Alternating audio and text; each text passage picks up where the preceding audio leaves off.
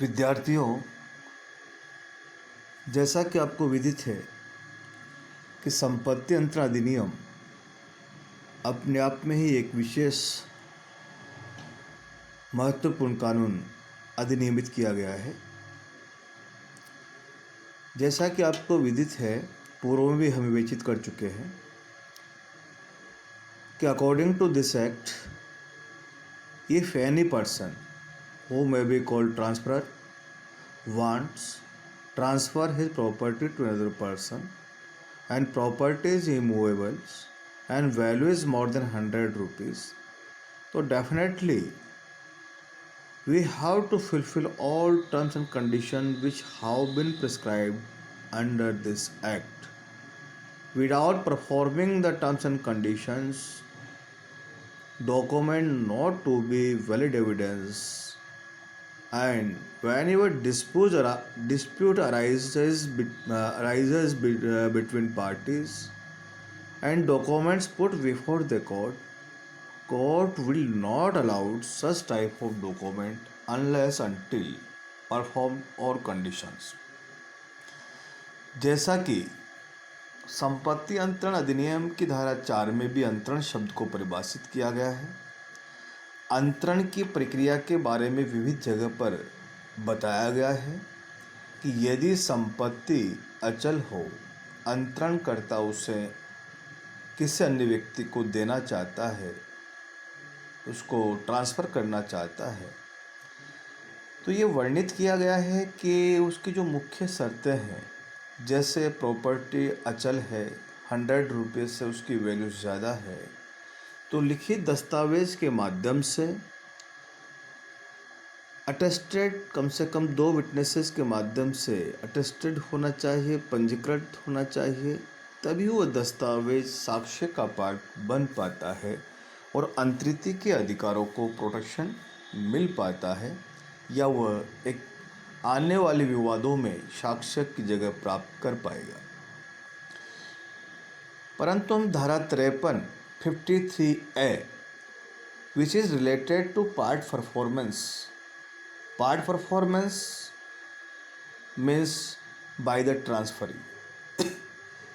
If transferee has performed its part, whether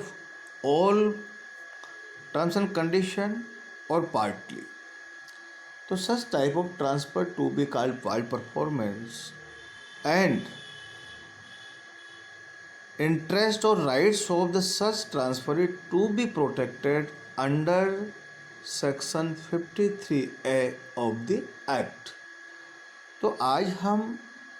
भागित पालन, आंशिक परिपालन का सिद्धांत,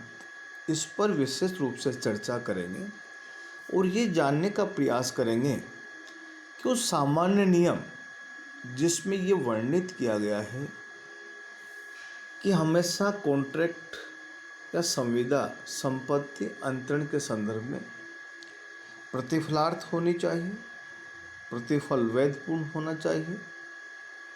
और एक लिखित दस्तावेज के माध्यम से ही किया गया होना चाहिए, तथा ऐसे लिखित दस्तावेज का पंजीकरण होने पर ही वह संविदा अंतरण से संबंधित जुड़ी हुई संविदा प्रभावी होगी या प्रवर्तने योग्य होगी। यदि हम इन शर्तों की पालना नहीं करेंगे तो हमें संपत्ति अंतरण अधिनियम 1882 के प्रावधानों का लाभ प्राप्त नहीं होगा, या हम अपने अधिकारों को प्रोटेक्ट, संरक्षण नहीं दे पाएंगे। परंतु यदि हम 53A को बारीकी से देखें, इसे समझने का प्रयास करें, तो what do mean by part performance, how can we explain to it with illustrations? तो इजीली हम यहाँ पर एक एग्जाम्पल लेंगे कि अ अपनी भूमि को ब के लिए 10 साल पट्टे में देने के लिए 1000 रुपये वार्षिक प्रतिफल के बदले लिखित दस्तावेज पर संविदा करता है। लीज पे देना चाहता है bye act of party. Transfer कैसे हो रहा है? बाय एक्ट ऑफ पार्टी, पक्षकार के कार्य के द्वारा लिखित दस्तावेज के माध्यम से। प्रतिफल 1,000 रुपये प्रतिफल के बदले में। इस संविदा के परिणाम स्वरूप मतलब आफ्टर कॉन्ट्रैक्ट अंतरिति उस संपत्ति पर, उस भूमि पर कब्जा प्राप्त कर लेता है। बाद में विवाद ये उत्पन्न होता है, अंतरणकर्ता ये कहता है कि इस संविदा में लिखित दस्तावेज ज़रूर लिखा गया है लेकिन उसका पंजीकरण नहीं हुआ है, और जब तक उस दस्तावेज का पंजीकरण नहीं होता है वह उस संपत्ति को प्राप्त करने का, कब्जा करने का अधिकारी नहीं है। और इस बात को न्यायालय में चैलेंज किया गया। अब ब के विरुद्ध भवन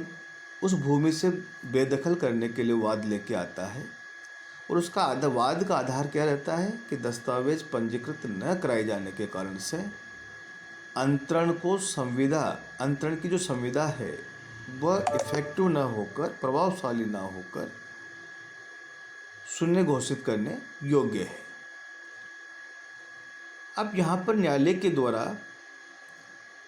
इस प्रकार के विवादों में, क्योंकि 107 में धारा 107 संपत्ति अंतरण अधिनियम की धारा 107 को हम देखें तो उसमें दस्तावेज का पंजीकरण करवाना आवश्यक रूप से अपेक्षित था। पट्टे के मामले में 107 के अंतर्गत रजिस्ट्री होना आवश्यक माना गया है। लेकिन यहाँ पर इस प्रकार के मामलों में न्यायालय के द्वारा धारा 53A को आधार मानते हुए आंशिक परिपालन का सिद्धांत लागू करते हुए अंतरिति के हितों को संरक्षण प्रदान किया गया है, और ये कहा गया है कि केवल लिखित दस्तावेज के पंजीकरण न होने से संविदा निरस्त योग्य नहीं होगी, क्योंकि वह अपने पाठ पर संविदा के अनुकूल शर्तों की कुछ पालना कर चुका है या शेष शर्तों की पालना करने के लिए तत्पर है। ऐसी स्थिति पर केवल एक या कुछ त्रुटि, जो प्रक्रियात्मक त्रुटियां हैं, उनका लाभ अंतरणकर्ता को प्राप्त नहीं होगा। Against where any person contracts to transfer, किस चीज़ की, for consideration any immovable property by writing signed by him और on his behalf from is the terms necessary to constitute the transfer can be ascertained with reasonable certainty, and the transferee has in part of the contract taken possession of the property or any part thereof, being already in possession, continues in possession in part performance of the contract, and has done some act in furtherance of the contract, and has performed or performed his part of the contract, then doctrine of part performance to be applied. It means then nothing standing that the contract for required to be registered has not been registered. The instrument of the transfer, if any, has not been completed in the manner prescribed by law for the time being in force. In this matter, after observing this sentence, again it was explained in this act that the transferor or any person claiming under him shall be debarred from enforcing against the transferee any right in respect of the property of which the transferee has taken or continued in possession other than a right expressly provided by the terms of the contract, because transferee has done its work and ready to part perform thereof. Therefore, his right to be protected under the doctrine of part performance theory and